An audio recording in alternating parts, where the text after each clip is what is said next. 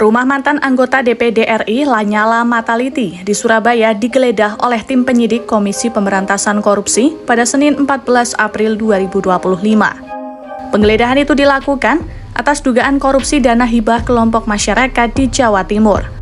Penggeledahan berlangsung selama 2 jam dari pukul 10 hingga sekitar pukul 12 waktu Indonesia Barat.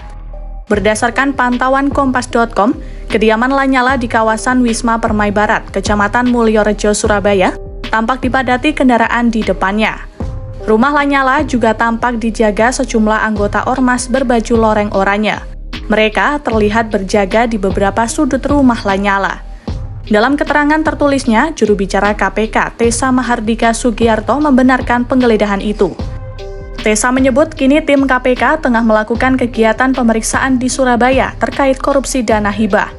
Meski begitu, Tessa belum merinci terkait hasil penggeledahan di rumah Ketua DPD periode 2019-2024 itu. Pihak keluarga membenarkan adanya penggeledahan KPK di rumah Lanyala terkait kasus dugaan korupsi dana hibah. Perwakilan keluarga Lanyala, Rohmat Amrullah, mengatakan pihaknya kooperatif terhadap KPK dalam upaya pengusutan kasus ini. Ia juga memastikan bahwa penyidik tidak membawa satu barang pun dalam penggeledahan selama 2 jam itu. Bisa dijelaskan yang predisaatnya apa, Mas?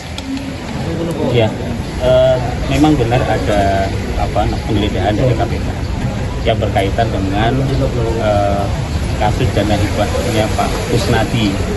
Nah, setelah dilakukan penggeledahan baik di rumah LL39 dan di rumah yang belakang, tidak ditemukan sama sekali barang-barang yang berkaitan dengan kasus yang berkaitan dengan Pak Kusnadi, tidak ditemukan dan tidak ada.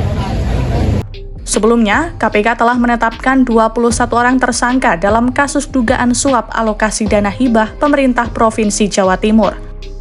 Perkara tersebut adalah pengembangan dari kasus suap alokasi dana hibah yang diusulkan lewat pokir kelompok masyarakat.